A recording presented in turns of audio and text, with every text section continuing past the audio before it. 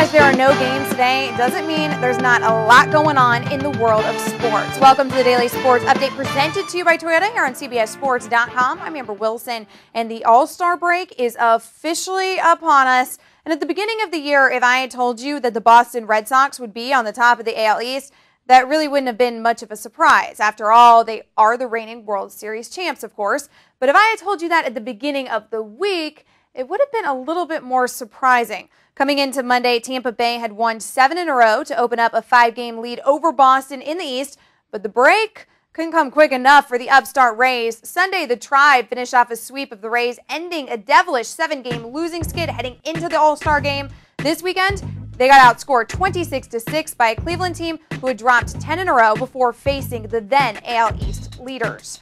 As that was going on, back in Beantown, Dice K pitched 6 scoreless, and the Red Sox bats pushed across just enough to upend the Orioles 2-1, vaulting the Red Sox back into first place by a half game. Boston improves to a league-best 36-11 at home, and come July 25th, are expected to have Big Papi return to their lineup.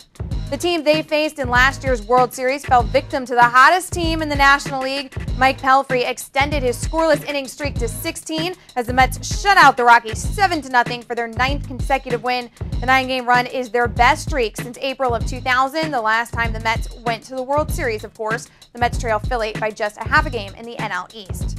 CC Sabathia got his second start with the Brewers and picked up his second win. CC went the distance and struck out 9 in the dramatic 3-2 win over the Reds. That wasn't it for Sabathia, though. He's always comparing his swing to that of Reds outfielder Ken Griffey Jr., and Sabathia put it on display, hitting his 3rd career home run to put him just 602 behind Griffey.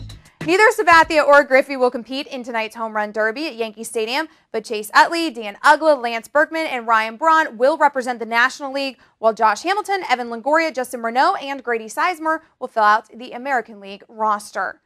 Over in the PGA Tour, Kenny Perry won for the 3rd time in 5 outings as he beat Jay Williamson and Brad Adamanis in a 1-hole playoff at the John Deere Classic. As the tournament winner, Perry earned an invitation at this week's Open Championship at Royal Birkdale, but will not accept it. Perry has made it no secret that he is trying to win enough points to earn a spot on the American Ryder Cup team. Instead of competing in the major as one of the hottest golfers in the world, Perry will turn his attention to the U.S. Bank Championship in Milwaukee, where he won back in 2003. Gilbert Arenas has accepted an invitation back to the Washington Wizards, and along with it, $111 million. That must be nice. The 6-year contract comes after a season that Arenas only played in 13 games as the Wizards still qualified for the NBA playoffs. And finally, the men's college basketball playoff will have a new voice calling the action. After 34 consecutive years of covering the Final Four, the Miami Herald is reporting that Billy Packer will not be back for the 2008-2009 season, making the classic overtime thriller final between Memphis and Kansas Packers' last college basketball broadcast. And that'll do it for your daily sports update presented to you by Toyota. Keep your mouse right here at CBSSports.com for everything you need to know in the world of sports. And if you missed anything here today, stop, refresh, and rewatch. I'm Amber Wilson. Have a great Monday, guys.